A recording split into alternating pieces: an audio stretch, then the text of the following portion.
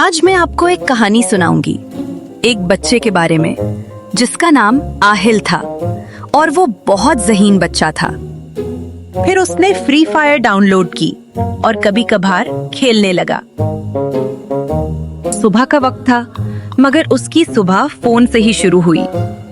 नाश्ता तैयार था, अम्मी प्यार से बुला रही बेटा थी। नाश्ते के लिए जल्दी से आ जाओ और मोबाइल छोड़ दो। मगर उसके कान सिर्फ गेम की आवाज सुन रहे थे। नाश्ता ठंडा होता चला गया और वो अपनी ही दुनिया में गुम रहा। स्कूल के लिए निकला, मगर जहन अभी तक गेम में अटका था। क्लास जारी थी, मगर उसका ध्यान गेम की तरफ था। वो अपने दोस्तों के साथ आहिस्ता से गेम की बातें करने लगा। उस्ताद ने सवाल किया, आहिल जवाब न दे सका। Aahil, do you know the answer? No. इसके जहन में सिर्फ जीत के मंजर चल रहे थे। उस्ताद की आवाज उसके लिए धीरे धीरे दूर होती गई।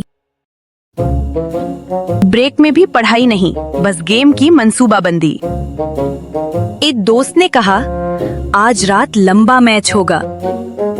उसका दिल तेज धड़कने लगा, जैसे रात का इंतजार हो। रात हुई, कमरे में फिर वही फोन की रोशनी फैल गई। जीत की चमक और घर की खामोशी। अचानक कमरे की बत्ती हल्की सी झिलमिला गई। दीवार पर एक साया उभरा। उसने मुड़कर देखा, मगर वहां कोई न था। फोन की रोशनी और तेज होती चली गई।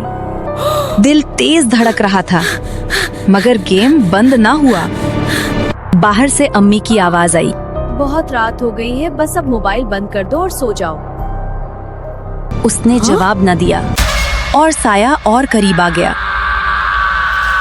उसे क्लास याद आ गई, उस्ताद का सवाल, दोस्तों की बातें और पढ़ाई से दूरी। दिल में डर बैठ गया, कहीं सब कुछ हाथ से ना निकल जाए। उसने हिम्मत की और फोन एक तरफ रख दिया। साया आहिस्ता आहिस्ता पीछे हट गया। कमरे में रोशनी वापस आने लगी। वो उठकर दरवाजे की तरफ बढ़ा। मुझे बहुत खुशी है मेरे बच्चे कि तुम्हें वक्त पर एहसास हो गया। रात के इस वाकये ने आहिल को ये सोचने पर मजबूर कर दिया कि गेम खेलने की वजह से उसकी पढ़ाई कमजोर हो गई है। पहले उसके नंबर हमेशा 80 या 90% आते थे, मगर अब वो कम होने लगे थे। अम्मी मुस्कुराए, जैसे उन्हें उसी लम्हे का इंतजार था। अगले दिन क्लास में उसका जवाब तैयार था। गेम खेलना गलत नहीं, मगर हर चीज की एक हद होती है। हद भूल जाओ तो नुकसान पीछे पीछे आ जाता है।